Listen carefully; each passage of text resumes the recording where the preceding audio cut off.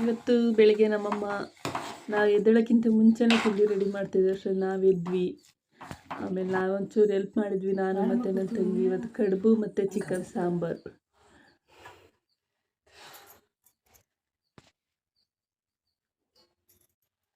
ಅವ ಸುಪ್ರೀತ್ ಯಾವತ್ತರ ಹಿಂಗೆ ಹೆಲ್ಪ್ ಮಾಡೋಣಮ್ಮ? ಇಲ್ಲ, ಒಂದು ಸಲ ಮಾಡಿದಾ?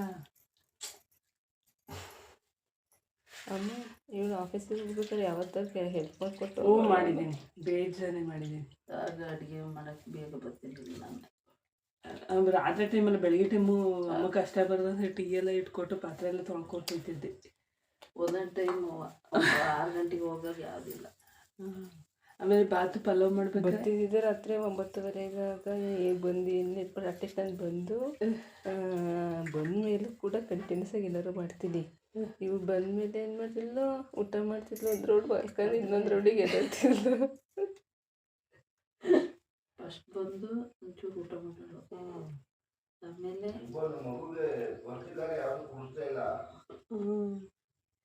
ತಿಂತಾಳ ಚಿಕನ್.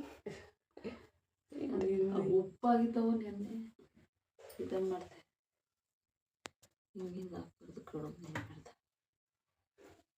ಹಿಂಗೆ ಹಾಕ್ಬಾರ್ದು, ಉಂಡೆ ಕಟ್ಟಾಯ್ತಾ, ಈಗ ಮುಸ್ಕಾಕದ ಆಮೇಲೆ ಒಲೆ ಮೇಲೆ ಇಡೋದು.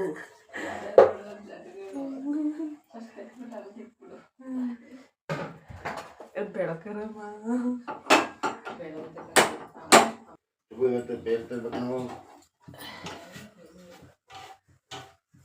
ಮುಚ್ಚಿದಮ್ಮ.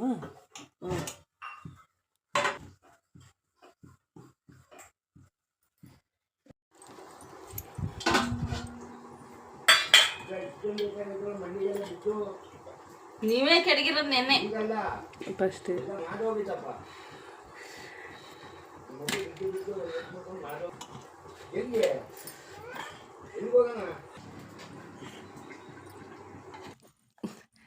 ಕಡುಬು chicken sambar ready to heat.